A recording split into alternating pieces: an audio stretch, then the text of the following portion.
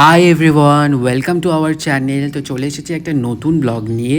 আজকে আমি আর তীর্থঙ্কর দুজন মিলে গিয়েছিলাম মধ্যমগ্রাম দেশি লেনের বাফেট লাঞ্চটা প্রথমবারের জন্য ট্রাই করব বলে। এটা আমরা সোশ্যাল মিডিয়া থেকে রিভিউ দেখে এত কম প্রাইসে তাই ট্রাই করতে গিয়েছিলাম। তো চলো শুরু করা যাক। কেমন খেতে? ভালো, বেশ ক্রিসপিটা বেশ ফিল করা যাচ্ছে। তো এদের অ্যাম্বিয়েন্সটা আমাদের খুবই ভালো লেগেছিল। কলকাতার সব ফেমাস প্লেসগুলোকে এরা ওয়াল পেন্টিংয়ের মাধ্যমে তুলে ধরেছিল, আর হালকা মিউজিক প্লে হচ্ছিল। তো আমাদের ভীষণ ভালো লাগছিল, আমরা বেশ এনজয় করছিলাম। তো যাওয়ার সাথে সাথে এরা আমাদের স্টার্টারটা টেবিলে সার্ভ করেছিল। আর হ্যাঁ, এদের কিন্তু 3টে সেকশন আছে, গ্রাউন্ড ফ্লোর, ফার্স্ট ফ্লোর আর রুফটপ। ফার্স্ট ফ্লোর আর রুফটপটা ওরা দুপুরবেলায় ওপেন করে না, ওটা ঠিক 5:30টার পরে ওপেন করে। তো আমরা যেহেতু বাফেট লাঞ্চে গিয়েছিলাম, তো ওরা স্টার্টারটা আমাদেরকে টেবিলেই সার্ভ করেছিল। স্টার্টারে ছিল crispy chilli baby corn, pizza, chicken 65, paneer tikka আর আলুর একটা কি আইটেম ছিল। তো সত্যি কথা বলতে আমাদের ক্রিসপি চিলি বেবিকর্নটাই একমাত্র ভালো লেগেছে, আর একটা কোনো স্টার্টার আমাদের ভালো লাগেনি। সব কটাই একদম ওকে ওকে ছিল। আর চিকেন 65-এর চিকেনটা মনে হচ্ছিল যেন বাসি। যাই হোক, জানি না এটা সেদিন আমাদের কপাল খারাপ ছিল নাকি এটা এদের বাফেট লাঞ্চে এরকমই ওরা খাবার প্রোভাইড করে। কিন্তু এর আগে আমরা দেশি লেনে অনেকবার এসেছি, কিন্তু এরকম খাবার আমরা কখনোই পাইনি, কারণ ওদের অন্য আইটেমগুলো সত্যি কথা বলতে খুব ভালো হয়। সোশ্যাল মিডিয়াতে বাফেট লাঞ্চের রিভিউ এত ভালো দেখে আমরাও ভাবলাম চলো ট্রাই করা যাক।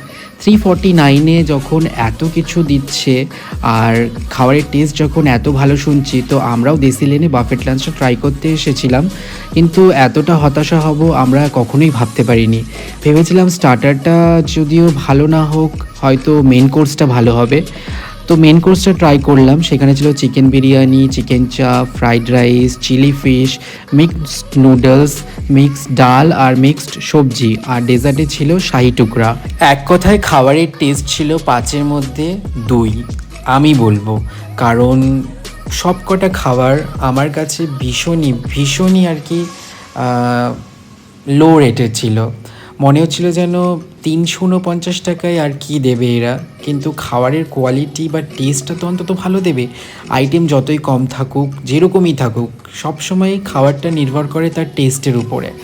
এখানে একমাত্র মিক্সড সবজিটা চিকেন চাপটা ভালো ছিল, বাকি একটা আইটেমও ভালো ছিল না। চিকেন বিরিয়ানি চিকেনটা শক্ত ছিল, ফ্রাইড রাইসের চাল শক্ত ছিল, আর বাকি একটা আইটেমের কথা বলতে গেলে আমি কি বলবো, আমরা খেয়েছি আর বুঝেছি যে হ্যাঁ 349 টাকা আর কী বা দেবে।